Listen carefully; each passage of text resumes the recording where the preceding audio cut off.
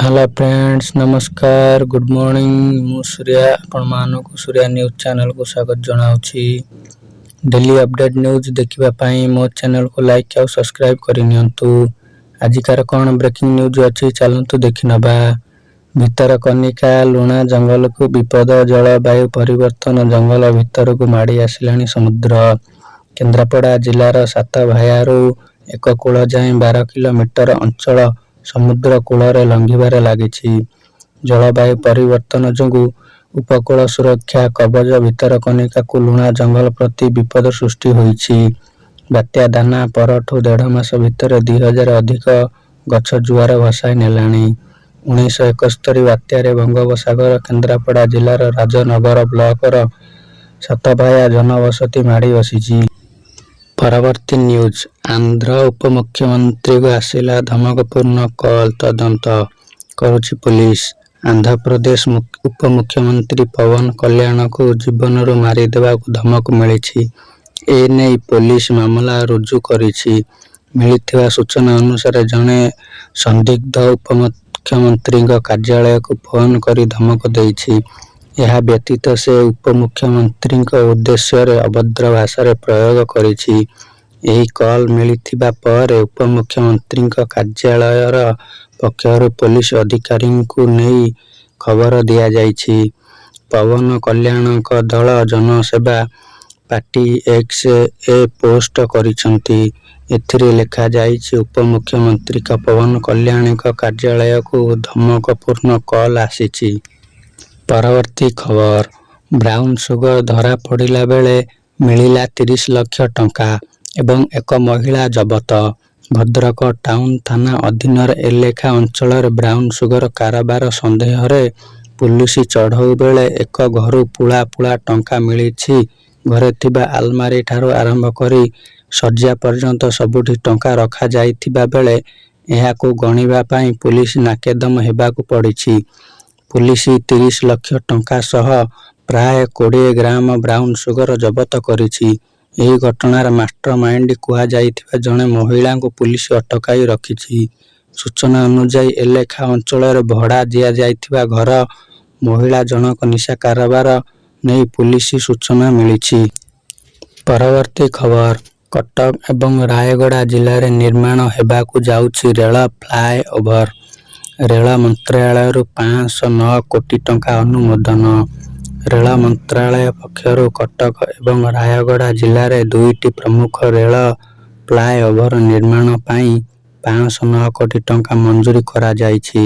ରେଳ ସୂଚନା ଓ ପ୍ରସାରଣ ଏବଂ ଇଲେକ୍ଟ୍ରୋନିକ ଓ ଉପଯୁକ୍ତ ବିଦ୍ୟା ମନ୍ତ୍ରୀ ଓଡ଼ିଶାରେ ଏକ ରେଳ ଭିତ୍ତିଭୂମି ପ୍ରକଳ୍ପର ମଞ୍ଜୁରୀ ବିଷୟରେ ସୂଚନା ଦେଇଛନ୍ତି। ଏହାଦ୍ୱାରା ରେଳ ଲାଇନ ଗୁଡ଼ିକରେ ଯାତାୟାତ ସମସ୍ୟା ଦୂର ହୋଇପାରିବ। ପରବର୍ତ୍ତୀ ଖବର। ଲଞ୍ଚ ହେବ ସୁଭଦ୍ରା ଭଳି ଆଉ ଏକ ଯୋଜନା। ବୀମା ସଖୀ। 18ରୁ 70 ବର୍ଷ ବୟସ ମହିଳାଙ୍କ ପାଇଁ ବଡ଼ ସୁଯୋଗ। ଟ୍ରେନିଂ ସାଙ୍ଗକୁ ମିଳିବ ଦରମା। ଜାଣନ୍ତୁ ବୀମା ସଖୀ ଯୋଜନା ସମ୍ପର୍କରେ। କେନ୍ଦ୍ର ସରକାର ଦେଶର ନାଗରିକଙ୍କ ପାଇଁ ବହୁ ନୂଆ ଯୋଜନା ଆଣି ଦେଇଛନ୍ତି। ସରକାରଙ୍କ ପୋଷକରେ ଏବେ ମହିଳାକୁ ସଶକ୍ତି କରିବା ସାଙ୍ଗକୁ ସେମାନେ ଦେଶର ବିକାଶରେ ଭାଗିଦାର କରିବାରେ ଲକ୍ଷ୍ୟ ଆଣିଛନ୍ତି ସରକାର।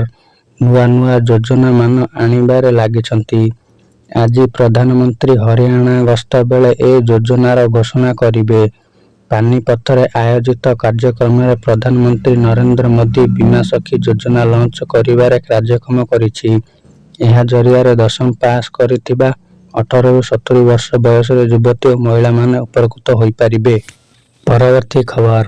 ଓଡ଼ିଶାର ରାଜ୍ୟପାଳ ଏବଂ ମୁଖ୍ୟମନ୍ତ୍ରୀଙ୍କ ଜେଡ୍ ଯୁକ୍ତ ଶ୍ରେଣୀ ସୁରକ୍ଷା ଯୋଗାଇ ଦିଆଯାଇଥିବା ବେଳେ ବିରୋଧୀ ଦଳ ଜନତା ନବୀନ ପଟ୍ଟନାୟକ ୱାଇ ଯୁକ୍ତ ସୁରକ୍ଷା ମିଳିଛି। ସୋମବାର ବିଧାନସଭାରେ ମୁଖ୍ୟମନ୍ତ୍ରୀ ମୋହନ ଚରଣ ମାଝୀ ଏବଂ ଏହି ସୂଚନା ଦେଇଛନ୍ତି। ରାଜ୍ୟରେ କୌଣସି ଅଧିକାରୀଙ୍କୁ ଜେଡ୍ ଯୁକ୍ତ କିମ୍ବା ୱାଇ ଯୁକ୍ତ ସୁରକ୍ଷା ଯୋଗାଇ ଦିଆଯାଇଥିବା ବେଳେ ମୁଖ୍ୟମନ୍ତ୍ରୀ କହିଛନ୍ତି।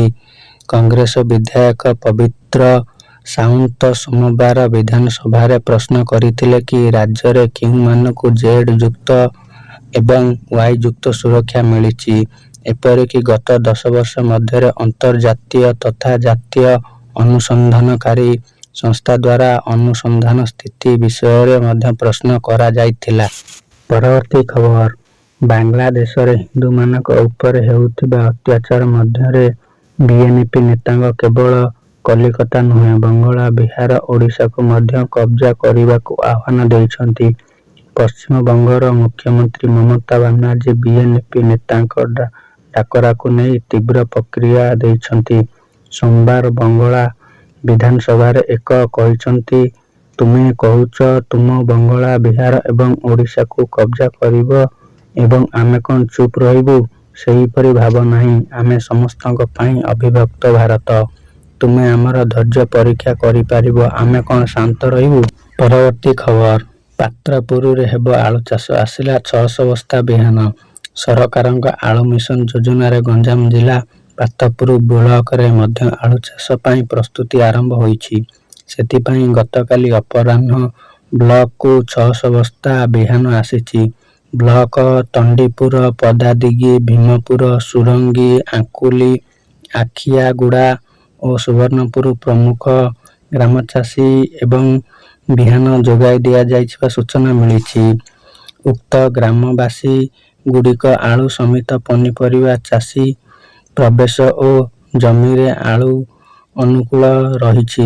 ଉଦ୍ୟାନ ବିଭାଗ ପକ୍ଷରୁ 2024-25 ବର୍ଷ ପାଇଁ 0.9 ହେକ୍ଟର ଚାଷ ପାଇଁ 5 ପକେଟ ଆଳୁ ବିହନ ଯୋଗାଇ ଦିଆଯିବା। ଏହି ବାବଦକୁ ଚାଷୀ 5,200 ଟଙ୍କା ଜମା କରିବେ। ସବସିଡି ବାବଦକୁ 2,400 ଟଙ୍କା ଫେରି ପାଇବେ। ପରବର୍ତ୍ତୀ ଖବର, ଗଛରେ ଝୁଲୁଛି ମୃତଦେହ, ତଳେ ଜଗି ବସିଛି ପୋଷା କୁକୁର। ପୋଖରୀ କୂଳରେ ଥିବା ଗଛରେ ଝୁଲୁଛି ମୃତଦେହ, ଆଉ ଏକ ଗଛ ତଳେ ଜଗି ବସିଛି କୁକୁର।